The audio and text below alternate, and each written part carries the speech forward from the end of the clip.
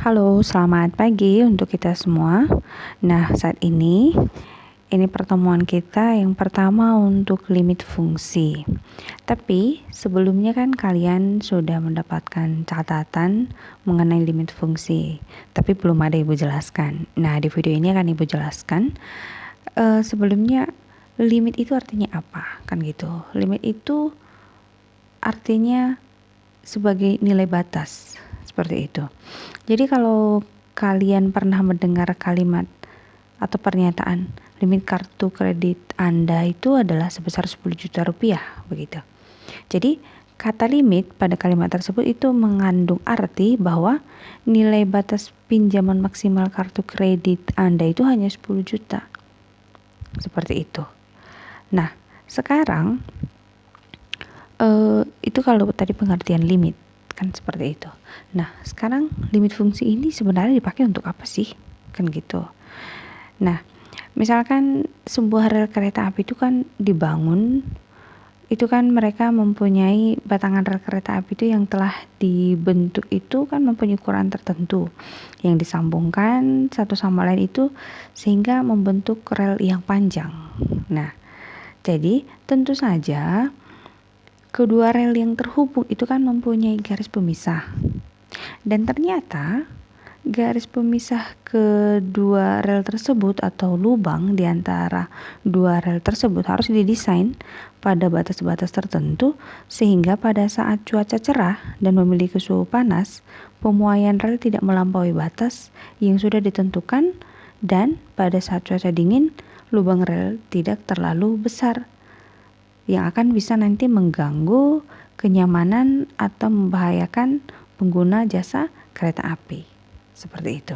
Jadi, jika penentuan batas lubang pada rel tidak didesain sedemikian rupa, akibatnya pada cuaca panas atau rel satu dengan rel yang lain saling beradu sehingga rel menjadi lengkung, maka rel tersebut kan tentunya kan tidak bisa dilewati. Seperti itu dan itu akan mengganggu.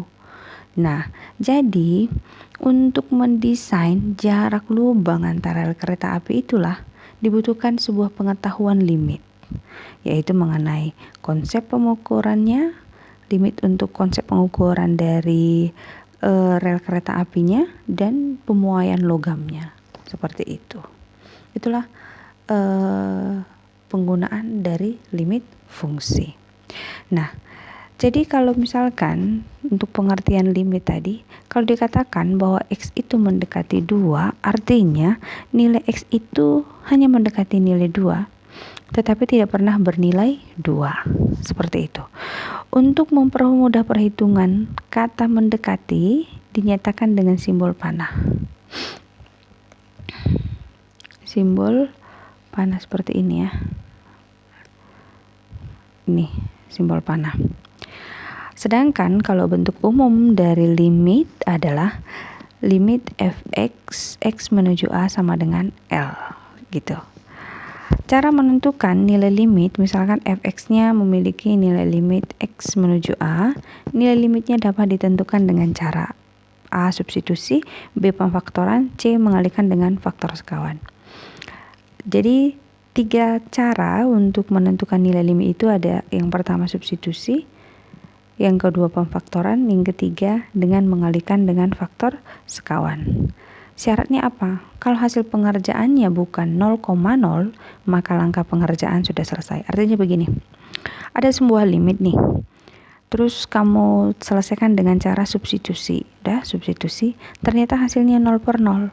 Nah, berarti ini tidak bisa, artinya tidak diakui kalau hasilnya 0/0. Sudah, maka kamu harus coba lagi dengan pemfaktoran. Kalau pemfaktoran juga tetap dengan 0,0, maka coba lagi dengan mengalihkan dengan faktor sekawan. Seperti itu. Jadi ketentuannya hasilnya tidak 0/0. Seperti itu ya. Tapi yang memang pertama sekali yang paling sering kita lakukan itu adalah dengan substitusi. Substitusi itu kan artinya menggantikan, kan begitu. Kalau pemfaktoran itu pelajaran kelas berapa ya? Kelas 2 ya. Pemfaktoran Pemfaktoran kayak seperti misalnya persamaan kuadrat, itu pemfaktoran, kan begitu. Kemudian mengalihkan dengan faktor sekawan. Ini juga pelajaran kelas 1, sudah tahu lah ya. Nah, oke, kita coba kerjakan yang nomor 1. Di sini dikatakan hitunglah A limit x menuju 5 untuk 3x kurang 4. Kita coba. Nah, tadi yang pertama, yang A, limit x menuju 5, 3x kurang 4. Oke. Kan di sini menuju 5, berarti buat aja. Kita substitusi dulu. Kan begitu. Berarti masukkan aja. X-nya ganti menjadi 5 begitu. 3 kali 5 kurang 4 sama dengan 15 ya. 15 kurang 4 sama dengan 11, seperti itu. Ini kan bukan 0 per 0, berarti jawaban kita sah. Yang kedua, B, limit 3x pangkat 3 tambah 2x kurang 5 x kurang 1 ini untuk x menuju 0 sama dengan 3 0 pangkat 3 tambah 2 kali 0 kurang 5 per 0 kurang 1. 0, 2 kali 0, 0 berarti negatif 5. 0 dikurang negatif 1 itu kan negatif 1. 0 dikurang 1 ya, negatif 1. Maka negatif 5 dibagi negatif 1 itu kan 5. Oke, selesai. Karena hasilnya bukan 0 per 0. Nah, sekarang ada bentuk dari limit fungsi aljabar. Artinya sebagai teorema limitnya ya. Nah, di sini kalau dikatakan limit K X menuju C itu hasilnya K. Kalau limit X untuk X menuju C itu hasilnya C. Seperti itu. Limit K dikali Fx itu sama saja dengan K dikali limit Fx dengan X menuju C. Yang keempat, limit Fx tambah Gx untuk X menuju C itu sama dengan limit Fx X menuju C ditambah limit Gx untuk X menuju C dan seterusnya. Ya, ini sudah kalian catat kan tentunya. Ini sampai nomor 9 sebenarnya. Nomor 9 tidak ibu tulis. Oke. Nah, sekarang kan kita mau tahu penggunaannya dari syarat-syarat ini apa gitu.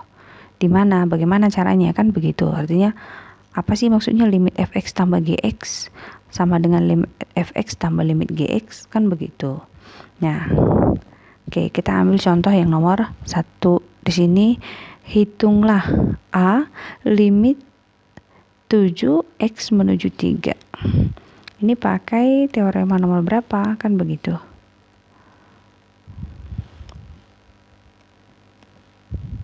Oke, yang A limit 7x menuju 3. Itu pakai yang mana? Pakai yang ini, yang pertama. Ini 7, ini x menuju 3, maka hasilnya K. Kalau di sini limit K sama dengan x menuju C, maka hasilnya K. Berarti kalau limit 7 x menuju 3, maka hasilnya berapa? Ya 7. Seperti itu ya. Ini di teorema nomor 1.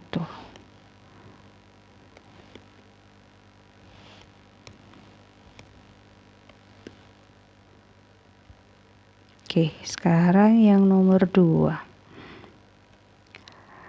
Limit 4x kuadrat x menuju negatif 2. Nah, kira-kira ini pakai teorema nomor berapa? Nah, ini sebenarnya kalau misalnya mau langsung kamu kerjakan juga bisa juga sih sebenarnya. Tapi kan kita di sini ingin tahu bagaimana penggunaan teorema-teorema ini gitu. Kalau langsung kamu buat negatif 2, 4, X-nya kamu ganti negatif 2 pangkat 2, 4 kali 4 berarti 16, ngapain repot-repot kan begitu. Bisa, hanya kali ini kita harus belajar dulu menggunakan teorema-teorema yang ini, yang 9 tadi, seperti itu. Jadi kita coba kerjakan. 4 kali X kuadrat itu sama saja dengan 4 dikali limit X kuadrat, di sini X menuju negatif 2. Ada bentuk seperti ini? Ada. Ini K, ini limit. Ini pakai teorema nomor berapa? Ini teorema nomor 3. Oke, setelah itu bagaimana lagi? Setelah itu ini buat menjadi 4 limit X menuju negatif 2, sini pangkat 2. Nah, ini teorema nomor berapa? Ini teorema nomor 8, pangkat N. Limit fx pangkat N sama dengan limit fx, kemudian n-nya dikeluarkan untuk x menuju c. Gitu ya. Nah, jadi ini bisa kita buat. Inilah teorema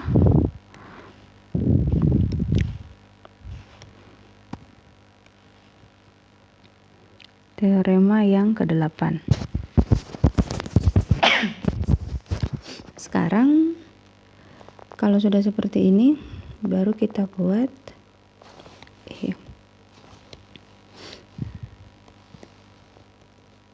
4 kali, ini kamu substitusikan negatif 2 pangkat 2. Seperti itu. Ini X-nya kan negatif 2 nih, kamu ganti pangkat 2. Berarti ini menjadi 4 kali 4 sama dengan 16. Itu hasil yang bagian B. Yang bagian C. Yang bagian C tadi di sini soalnya limit 2x kurang 4x kuadrat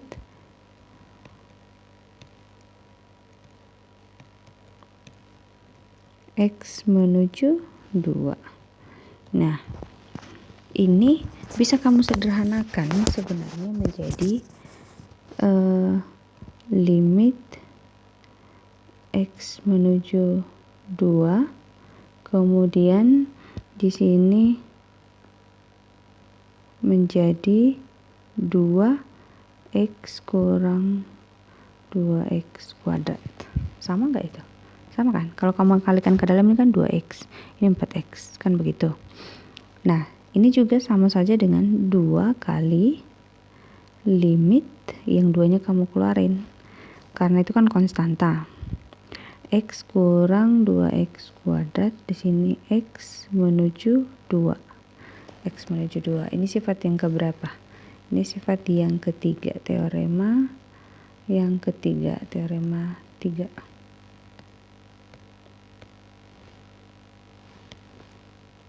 Oke.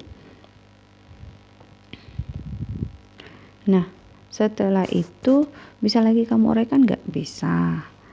Ini bisa saja dengan 2 kali limit x menuju 2 dikurang limit 2x kuadrat x menuju 2. X menuju 2. Ini si teorema yang keberapa? Atau sifat yang kelima. Teorema yang kelima atau sifat yang kelima.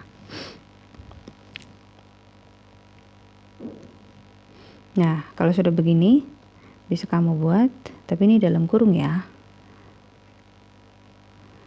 Nah, baru kita tuliskan seperti ini. 2 ini kamu substitusikan aja. Limit x menuju 2 itu kan ini adalah 2, kemudian limit 2x kuadrat per x, untuk x menuju 2 berarti 2 kali 2 pangkat 2. Oke, maka hasilnya ini sama dengan 2 kurang 2 kali 2 4, 8. 2 negatif 6 sama dengan negatif 12. Begitukah kira-kira? Ada yang salah nggak? Limit x itu kan 2x kuadrat berarti 2 kali 4, 8. 2 kurang 8, 6. Oke, saya kira itu sudah pas ya. Sekarang masuk ke yang bagian D. Yang bagian D itu di sini limit akar dari x kuadrat tambah 9 per 2x untuk x kurang 4 menuju 4 ya.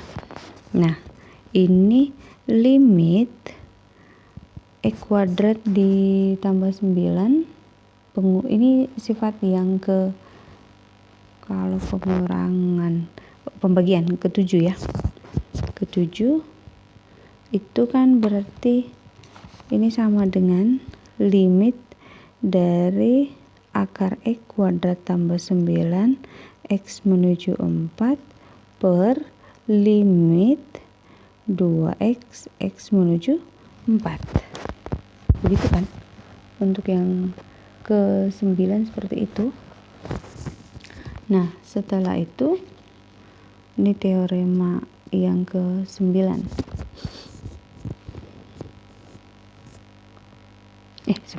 7. Walah. Teorema yang ke-7. Setelah itu baru kita buat lagi. Untuk caranya adalah limit x kuadrat ditambah 9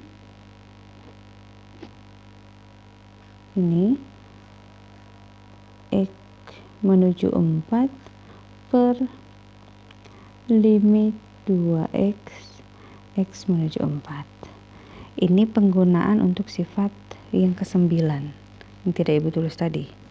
Lihat di bukumu bagaimana sifat yang ke-9. Nah, kalau sudah seperti ini bisa diuraikan lagi. Tadi dia menjadi akar limit x kuadrat x menuju 4 ditambah limit 9 x menuju 4 bagi atau per limit 2x x menuju 4. Ini teorema yang keempat. Yang keempat ini. Kalau ada tambah diuraikan lagi seperti itu.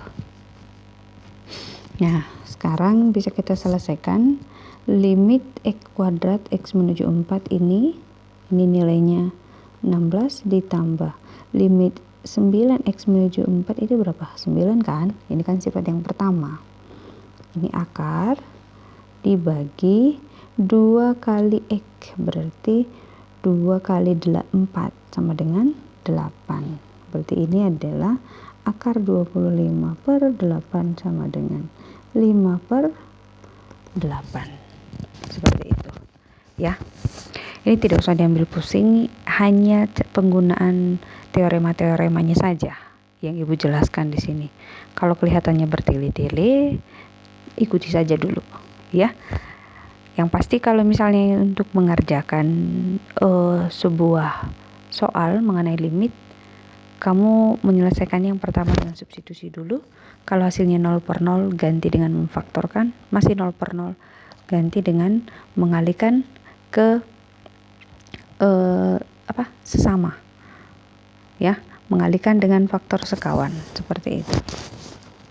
Oke, itu saja Ibu kira untuk penjelasan mengenai limit fungsi untuk pertemuan yang pertama ini. Nanti untuk pendalaman materinya Ibu akan berikan beberapa soal. Terima kasih atas perhatiannya dan selamat pagi.